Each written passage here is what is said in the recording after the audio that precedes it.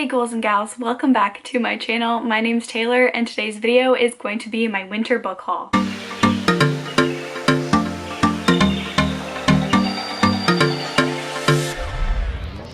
Now this is going to be my very last book haul of the year. It's books compiled from September, I believe.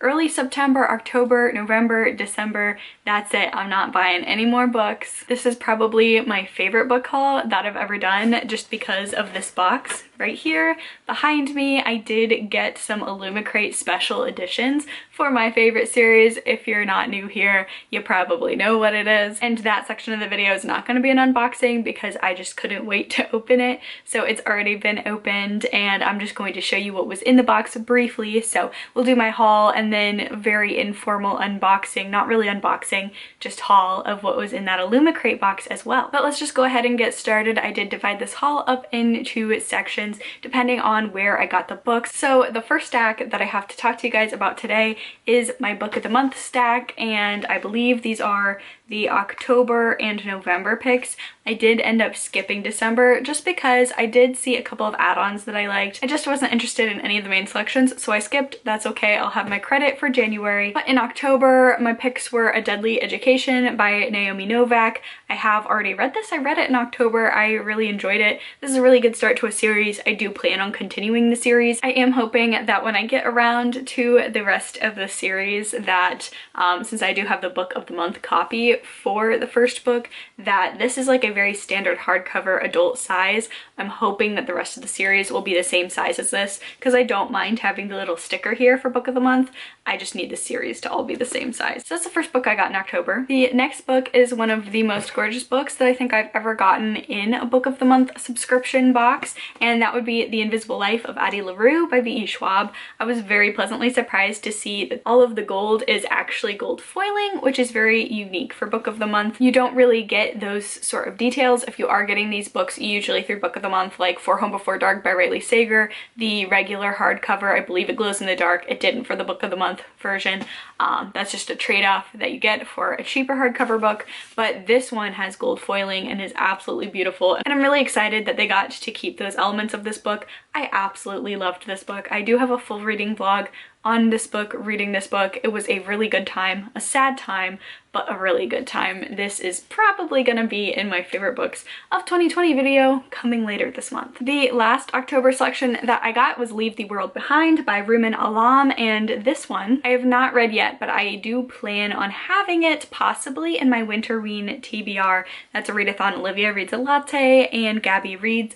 They're hosting at the very beginning of January. This is a literary thriller, so I think that would work really well for that readathon. I don't know a lot about this. I hear it's very divisive. I feel like people either really love it or really hate it, and depending on your expectations. So this is definitely more of like a literary book than just a straight thriller. So I've been told to keep that in mind before going into it, but it is very short, so I think it's the perfect size for a readathon. And I did clear out this whole bookshelf so you could see the books as I was hauling them, but the first 3 books do not show up. So that was poor planning on my part, but you gotta do what you gotta do to get the best natural light in a very dark apartment. So for November, I got 2 books. The first one was one of the monthly selections, These Violent Delights by Chloe Gong. I had no idea this was the beginning of a series. I thought it was a standalone because it is a retelling of Romeo and Juliet set in 1920s Shanghai, and it has like some magical elements in it as well, which sounds really exciting. I didn't realize this was a series when I got it. I was hoping for a standalone, but I am really excited to check up into it because while initially I was bummed it wasn't a standalone, it was going to be a series, because I felt like this would have been a really good standalone because Romeo and Juliet is not that long as a play. But the more I hear people read about this and talk about it and hear that there are a ton of unexpected fantasy elements and intrigue, that it's not just a simple retelling, I'm really excited to pick this now series up. I just don't know when that will be, to be honest, but I absolutely love the cover of this one. I love a good sword. I love a good sword on a cover. And the last book of the month book that I have for November is White Ivy by Susie Yang. This is it says it's contemporary fiction. I've also heard it has some thriller elements. I've kind of been steering away from thrillers this year unless they have like a very large secondary subgenre. I feel like this one kind of fits that, and I have heard really good things about this, so I'm excited to pick it up. I know I haven't really been giving synopses of these books. I don't really know what people want to see in hauls. If you want more of a synopsis of each of these books, definitely let me know down below for future hauls and I'll do that for you. But I've heard just in terms of the plot of this gives off the Talented Mr. Ripley vibes if you've seen that movie, or it might be a book, but I've only seen the movie. So if you know what that's about, it's kind of like a coming of age story about someone who is kind of a con artist. So I think this one sounds like a really fun time. Next, we're moving on to books that I got used. I was finally able to go to my used bookstore this month and sell some books that I didn't really want to have on my shelves, didn't really care for anymore, which gave me credit. So I was able to get some really cool secondhand finds. The first one being this really delightfully floppy paperback version of The Drawing of the Three by Stephen King. This is the second book in the, why am I blanking on the name, the Dark Tower series. I am not actually reading this series yet. I honestly think the Dark Tower series is probably gonna be like one of the last things that I read from King, but my partner's reading this series right now. And so yeah, I literally have nothing to say about this one because I'm not reading it. I'm not going to be planning on reading it for a while, but this is where my partner is on the Dark Tower series. I know it's Stephen King does fantasy also. It's kind of like a Western, question mark. I don't know a lot about it, but I do really enjoy this copy of it. I think we're gonna try moving forward to find this edition of the series because these paperbacks are just really nice and vintage. There are illustrations in here which are pretty cool. Let me try and find like a non-weird one.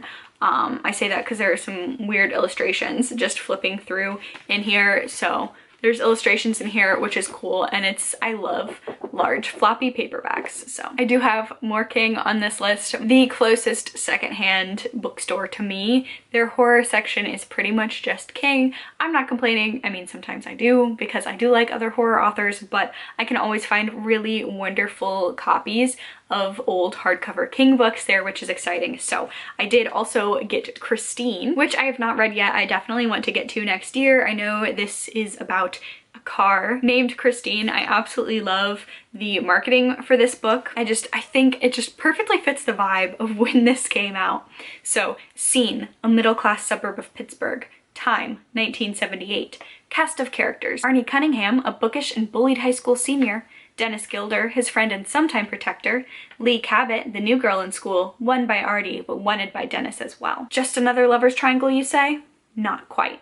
There's a fourth here, the second lady, the dark lady. Cars are girls, Lee Cabot says, and the dark force in Stephen King's new novel is in 1958, Plymouth named Christine. She's no ordinary car. So I love that delightfully chaotic mess of a description. I really enjoy the cover of this one as well. It's very simplistic, very retro. I love it. I also love the full-sized author photo on the back, and it's captioned Stephen King and friend. I just absolutely love old books, especially old Stephen King's. They're absolutely gems and just the weird little quirks about them. And then the last secondhand Stephen King that I got at the bookstore is going to be Revival. Honestly, kind of a boring cover. I much prefer like the really old school stuff. Like this font, this era of font is my absolute favorite. I feel like it fits the aesthetic of his books and universe really well. This one, not gonna lie, kind of boring cover. I do like how the lightning, I don't know if you can tell, is holographic there.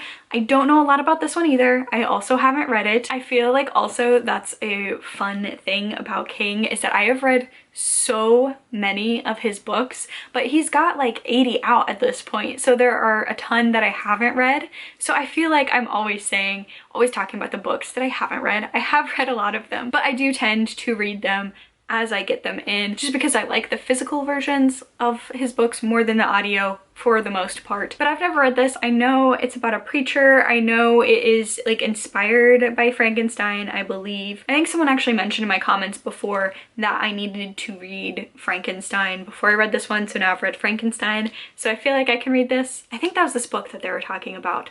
But I know that his name is escaping me, but the person that does the Netflix adaptations of The Haunting of Hill House and The Haunting of Bly Manor is making an adaptation of this. So I really want to read this, before that comes out. I am a really big fan of his work, which makes it really, really embarrassing that his name is escaping me right now. But as soon as I heard that news, this definitely got bumped up on my TBR of Stephen King books that I really need to read sooner rather than later. So that's Revival. And then this last book, I like to think that I definitely manifested it, because the day that I filmed my video about book series that I want to start in 2021, I talked about the first book in this series, which I actually got at this secondhand bookshop for a really good deal. So I filmed that video. The same day, went to the secondhand store, and I found The Mime Order by Samantha Shannon, which is the second book in the Bone Season. Is it the Bone Season series?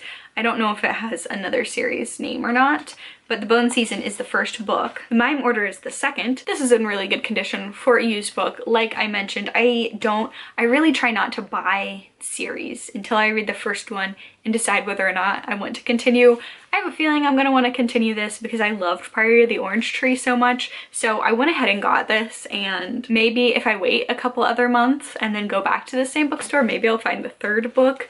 Who knows? I never go into this used bookstore with any plans of what I'm looking for because I know I'm gonna be disappointed, but I do love it when books that are already on your radar, already on your TBR, are ones that you end up finding. That is just such a good feeling. So those were all the books that I got secondhand. So we've done book of the month, done secondhand books. Now we're moving into books that I purchased new. The first book we're gonna talk about is Plain Bad Heroines by Emily M. Danforth, and I'm really excited about this one.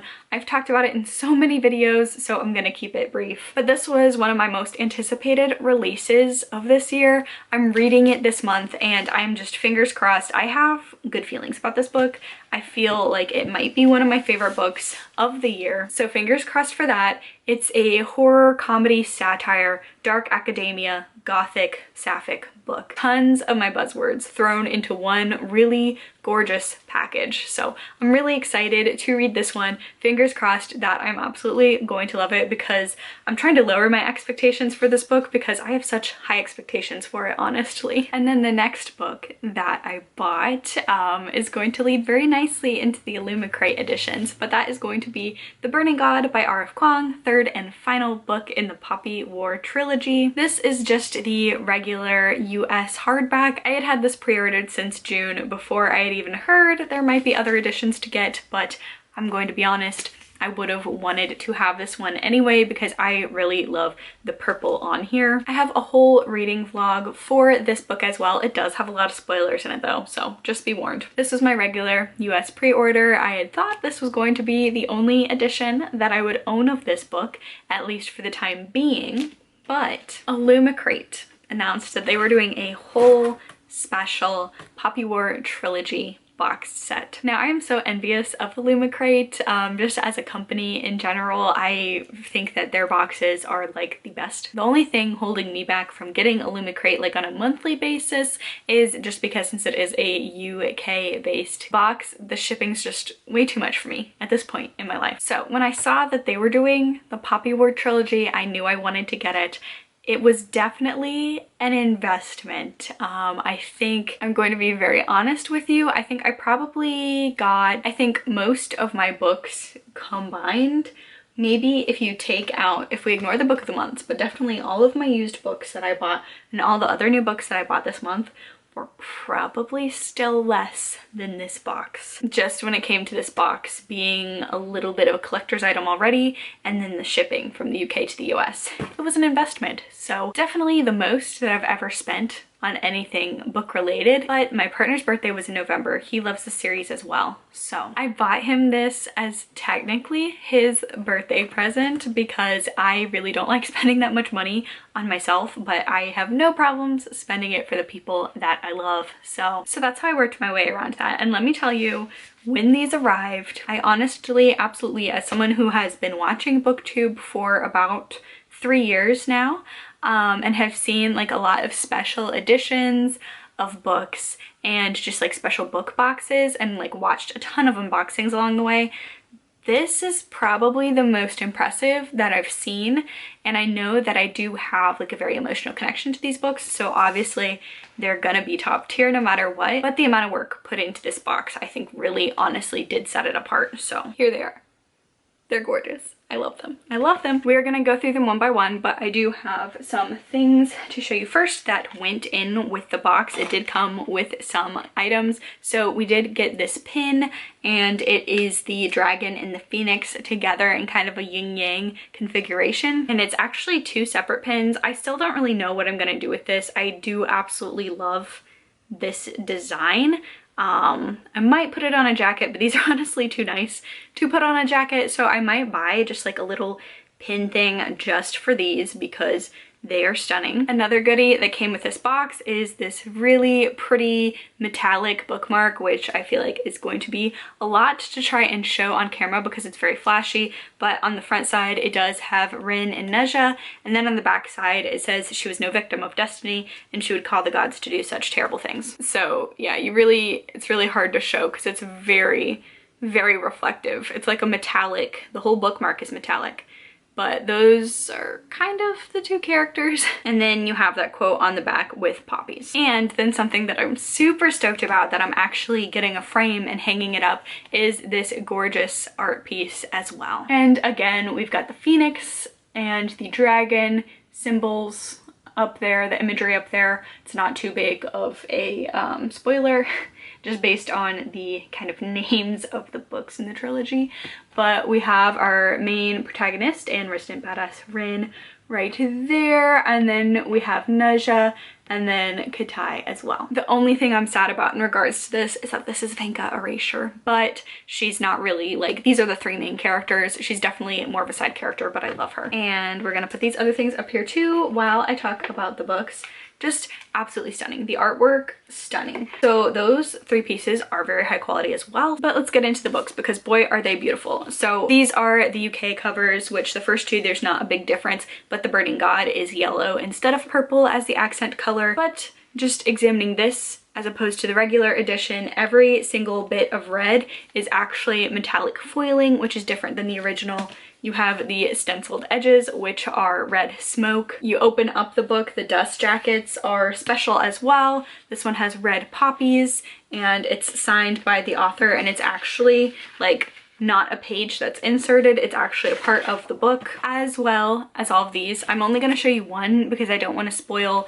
There are two scenes that happen pretty late on in the series in the Dragon Republic and Burning Gods, but I can show you the one for the Poppy War. But each of the books have a full illustration inside of the dust jacket. So if you wanted to, you could hang this up if you didn't want to have the dust jacket. And then just when you thought like the books could not get any cooler, they're printed on the actual book, like a large design that is on the dust jacket, the spine's printed, and then there's also a printing on the back as well. Pricey books, but gorgeous books, and definitely, I mean, the most special editions I have ever seen. God, I'm so excited. So then, because obviously I did show you the Poppy War, the Dragon Republic, which is actually my favorite in terms of color scheme of this set, has blue, metallic, blue sprayed edges, and then I'm actually going to go a little bit in depth to really show you the difference between those two. So here's just a quick glance of all of the books side to side to side. Poppy War, Dragon Republic, Burning God. Obviously, since it's a UK book box, the Burning God is this yellow color instead of the US purple, which I go back and forth on what I enjoy more. I love purple.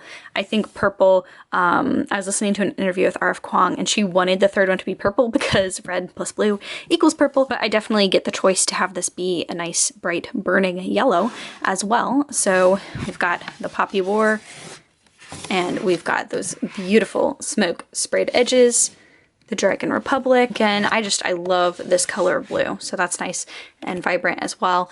And then the Burning God. Just also, you can put these books so many different ways on your shelves because they're just absolutely gorgeous. I know this sounds like an ad, it's totally not. I just cannot stop geeking out about these books. And then I did think it'd be cool to kind of show the differences between the two Burning Gods, so this was my pre-order of the regular US hardcover in the purple. Gorgeous book. It's got the white color scheme and then purple. The insides are purple, at least on my copy. The UK hardback's a little bit taller than the US, but all of the differences, so all of the text is actual metallic foiling, which is really cool. Obviously, you open it up on the inside and it is signed. And then also, if you are looking at the comparisons flaps, this one has definitely a decorative edge with smoke and poppy flowers. And then this one is just plain text. You've got those edges as well. These edges are done as opposed to no edges on the original hardback. And then of course you do have, let me tell you, I'm not going to give too much away, but this is my favorite artwork on the inside of the third book. It's absolutely stunning. It's really spoilery, so I don't want to give it away, but I would definitely buy this as a print and have it framed. It's really awesome. And then of course, when you open up these books, the naked hardcover is also printed with what's on the front cover, whereas I'm sure you can guess the original does not. So those are all the big differences in between these two versions. So yeah, all in all, you get so much. I know there's been a lot of debate about whether special edition books are really worth it or worth the markup or price tag. Honestly, I have not seen this level of dedication in a book. Usually I feel like they'll get either the cover will change colors or there'll be like nice pretty sprayed edges, or they'll take away a dust jacket to have like pretty sprayed edges and a nice naked book. This is the first thing that I've seen that has the edges, it's signed, the dust jacket is art on the sides and in the middle, and just on the cover how it has that gold foiling, and then just the naked book itself is signed and it has all of that. So this is just absolutely gorgeous. I am in love. So definitely worth the investment. But that is going to be it for the last book haul that I have of 2020. Next book haul is going to be coming to you in 2021. If you've made it to the end of this video, leave a fire emoji down below so I know you made it to this point, because that is going to be it for this video. So give it a thumbs up, subscribe for more content from me. Stay safe, stay spooky, and I'll see y'all on the other side. Bye!